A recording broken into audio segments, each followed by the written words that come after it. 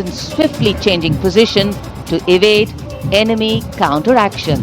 Lieutenant महक भाटी के शानदार नेतृत्व में जब ये यूनिवर्सल रॉकेट लॉन्चर सिस्टम चांद से निकला तो इसकी हुंकार ने सरहद के पार तक बेचैनी बढ़ा दी। 6x6 BEML हाई मोबिलिटी वाहन पर सवार ये बहु कैलिबर रॉकेट प्रणाली महज एक मशीन नहीं बल्कि ब्रह्मास्त्र की तरह अचूक है, जो 300 किलोमीटर की दूरी तक दुश्मन के किसी भी किले को मिट्टी में मिलाने की ताकत रखती है। आज पूरी दुनिया ने देखा कि कैसे नारी शक्ति के हाथों में सुरक्षित ये सूर्यास्त्र अपने नाम की तरह ही विनाशक अग्नि उगलने और भारत की संप्रभुता पर आँच न आने देने का संकल्प लेकर खड़ा है।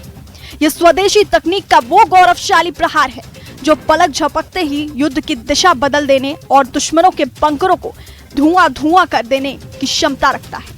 Overwhelming firepower, the Suryastra and the BrahMos weapon system. भारतीय सेना की मशीनीकृत ताकत के दो शक्तिशाली प्रतीक हैं ये। टू गार्ड्स के कैप्टन अक्षय कुमार बाली के नेतृत्व में द मैकेनाइज्ड इन्फेंट्री रेजिमेंट का PMP-2 कॉलम आगे बढ़ रहा है और साथ में है Nag missile system MK2 17 mechanised infantry regiment के लेफ्टिनेंट शशांक शर्मा के नेतृत्व में। नाग मिसाइल सिस्टम रेजिमेंट का आदर्श वाक्य है 17 मेघ हर मैदान पर। And behind is the Integrated Operational Center, commemorating national victory during Operation Sindoor and inspiring the youth. The platform depicts conduct of operation in brief. कर्तव्य पथ पर जब ऑपरेशन सिंदूर की विजय गाथा वाली झांकी गुजरी तो हर हिंदुस्तानी का सीना गर्व से चौड़ा हो गया। कैप्टन समीरा जैनत के नेतृत्व में निकले इस प्लेटफॉर्म ने उस ऐतिहासिक 88 घंटे के महासंग्राम को फिर से जीवित कर दिया जिसने दुश्मन के अहंकार को मलबे में तब्दील कर दिया था। 100 से ज्यादा आतंकियों के सफाई के साथ ये ऑपरेशन महज एक सैन्य कार्रवाई नहीं बल्कि भारत की इंटर सर्विस कोऑर्डिनेशन और जनता के अटूट समर्थन की वो बेमिसाल जीत थी जिससे पूरी दुनिया को भारत की ताकत दिखाई। केवल 28 घंटों के अंदर दुश्मन को घुटने टेकने पर मजबूर करने वाला ये सिंदूर प्रहार अब भारत की सैन्य रणनीति का एक स्वर्णिम अध्याय बन चुका है। हिमालय और सियाचिन के उच्च दुर्गम पर्वतों पर ये मूक योद्धा हमारे योद्धाओं के साथ कंधे से कंधा मिलाकर काम करते हैं। कर्तव्य पथ पर जब सफेद बर्फ के अजय योद्धा हिमयोद्धा ग्लेशियर ATV ने दस्तक दी तो दुनिया ने सियाचिन के भारतीय सेना की रगों में दौड़ती आधुनिकता को देखा। ये महज एक वाहन नहीं बल्कि 0 से 50 डिग्री नीचे की हाड़ कपा देने वाली ठंड में हमारे जाबाज सैनिकों का सबसे भरोसेमंद साथी है। कैप्टन के नेतृत्व में निकला ये ATV सियाचिन के उन दुर्गम रास्तों और जानलेवा दर्रों को चीरने का दम रखता है जहां परिंदा भी पर मारने से कतराता है। 200 किलो तक का रसद, हथियार या किसी घायल साथी को अपनी पीठ पर लाद कर बर्फानी तूफानों के बीच सरपट दौड़ने वाला ये हिम योद्धा दुर्गम मोर्चों पर जीत की पहली गारंटी है। आज कर्तव्य पथ पर इसकी मौजूदगी ये बता रही है, चाहे पहाड़ हो या बर्फीला रेगिस्तान, भारत का हर सिपाही अब तकनीक के ऐसे अभेद्य कवच से लैस है जिसके सामने हर चुनौती घुटने टेक देती है।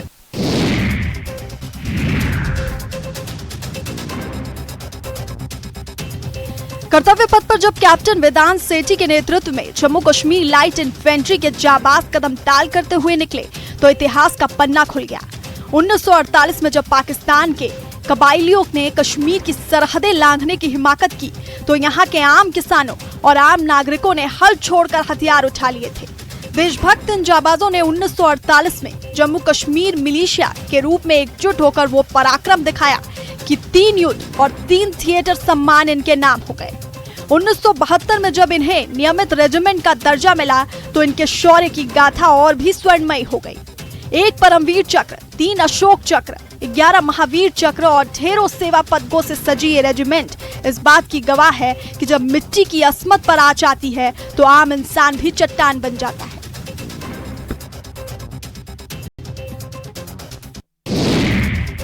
सलामी मंच के सामने अब आ रही है भारतीय नौसेना की झांकी। कर्तव्य पथ पर जब जय भारती की धुन गूंजी तो मानो समंदर की लहरों ने दिल्ली के दिल में दस्तक दे दी।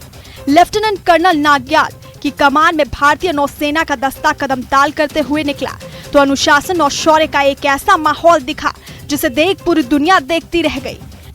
लेफ्टिनेंट प्रीति कुमारी, पवन कुमार और वरुण देवेरिया जैसे युवा कमांडरों के जोश ने साबित कर दिया कि भारत की समुद्री सीमाएं अब अभेद्य हाथों में है। रूपा ए के नेतृत्व में निकलती भव्य झांकी और उसमें शामिल समुद्री कैडेट कोर के ये युवा कैडेट्स ने सुरक्षित भारत का सपना साकार कर दिया। इन जाबाजों की हर कदम ताल आज ये गवाही दे रही है कि हिंद महासागर से लेकर प्रशांत तक अब सिर्फ हिंदुस्तान के शौर्य का परचम लहराएगा। तिलना के कर रही हैं। शक्तिशाली विमान वाहक पोत INS विक्रांत को भी इसमें दर्शाया गया है।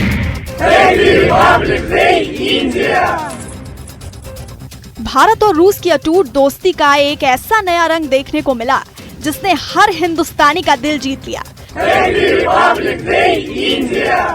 जब रूसी राजदूत डेनिस अलीपोव और उनके राजनयिकों ने नमस्ते के साथ भारत को गणतंत्र दिवस की बधाई दी। आप भी सुनिए। प्रिय भारतीय मित्रों, आपको गणतंत्र दिवस की हार्दिक शुभकामनाएं। भारत म्हणजे विविधतेतील एकता आहे। Ехаса йдеше. Чентари поратина гняна. Обегішитара свапна. Хати чал. नारा सारा विश्व के प्रमाण करे छन जे бойчитро दुर्बलता नय это хой шорбачо шоптя ने इंसानियत को नफरत से नहीं, अंदरूनी ताकत से जीना सिखाया।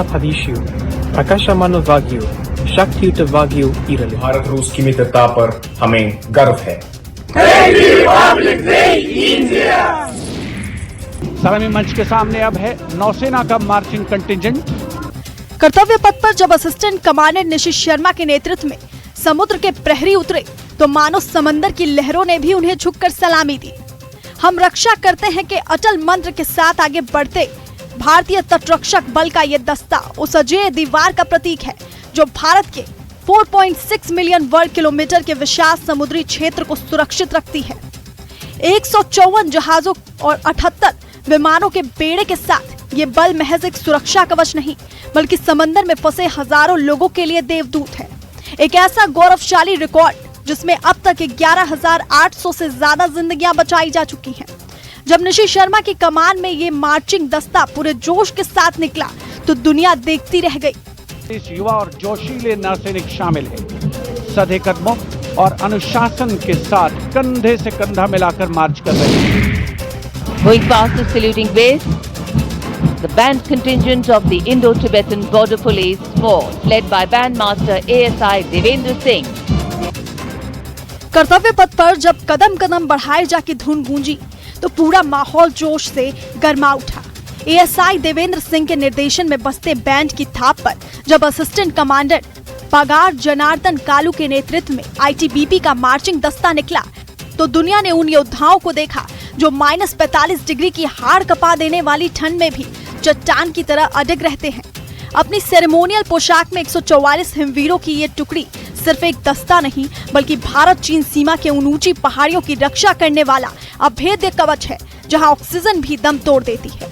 हर भारतीय ने उन पर्वत के पहरेदारों को नमन किया जो बर्फीली चोटियों पर तिरंगे की शान के लिए अपनी जान हथेली पर रखते हैं।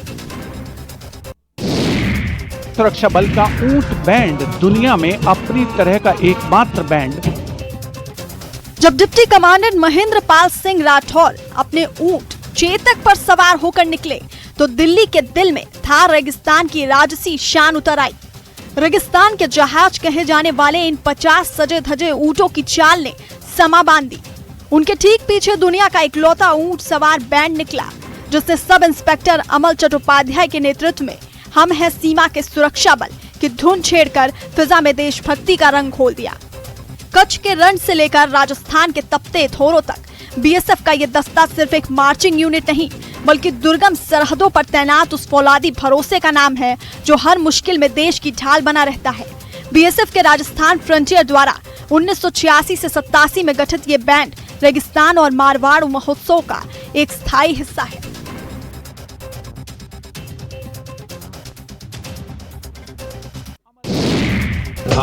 और अब हिमाचल प्रदेश की झांकी कर्तव्य पथ पर। कर्तव्य पथ पर जब हिमाचल प्रदेश की झांकी गुजरी तो मानो देवभूमि की पवित्रता और वीरभूमि के शौर्य का एक अद्भुत संगम साकार हो उठा। ये सिर्फ रंग बिरंगी कलाकृतियों का प्रदर्शन नहीं था बल्कि उन्हें 1203 वीरता पुरस्कार विजेताओं की अदम्य भावना को दी गई एक भावपूर्ण श्रद्धांजलि थी, जिन्होंने देश की रक्षा में अपना सर्वस्व न्योछावर कर दिया।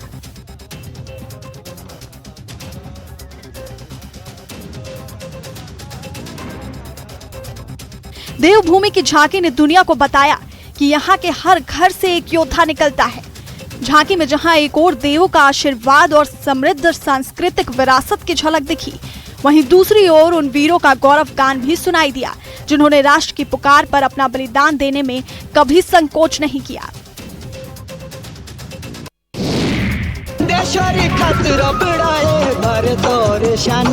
Approaching the saluting base, the tableau of Jammu and Kashmir unfolding like a silken tapestry. कर्तव्य पथ पर जब ये झांकी गुजरी तो मानो कश्मीर की वादियों की ठंडी हवा और वहां के हुनरमंदों के हाथों का जादू दिल्ली की सड़कों पर उतर आया। झांकी के बाईं ओर बारीक नक्काशी वाला समावार और पश्मीना शॉल की जादुई बुनाई ने हर किसी का मन मोह लिया। अखरोट की लकड़ी पर उकेरी गई गहरी कारीगरी और पेपर माशी की रंगीन कलाकृतियों के बीच पहाड़ी मिनिएचर पेंटिंग्स ने भारत की इस अनमोल विरासत को जीवंत कर दिया। औजारों, करघों और ब्रशों से घिरी ये झांकी उन गुमनाम कलाकारों को समर्पित है।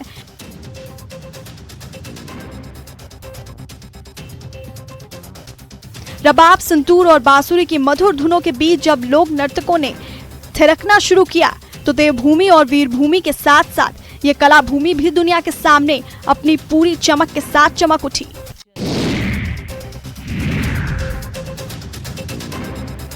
मंडी के सराज में बर्फ की सफेद चादर के बीच प्यार और परंपरा की ऐसी कहानी लिखी गई जिसने कुदरत की चुनौती को भी छोटा साबित कर दिया।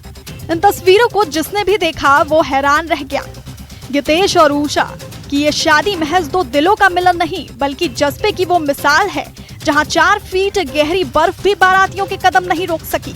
जब सड़कें बंद हुई और गाड़ियों के पहिए थम गए तो दूल्हे ने हौसला नहीं खोया और 7 किलोमीटर का जानलेवा पैदल सफर तय कर अपनी दुल्हनिया के घर जा पहुंचा। चारों ओर बिछी सफेद बर्फ के बीच फेरे हुए और फिर उसी बर्फीले रास्ते पर पैदल चलकर नई नवेली दुल्हन अपने ससुराल पहुंची।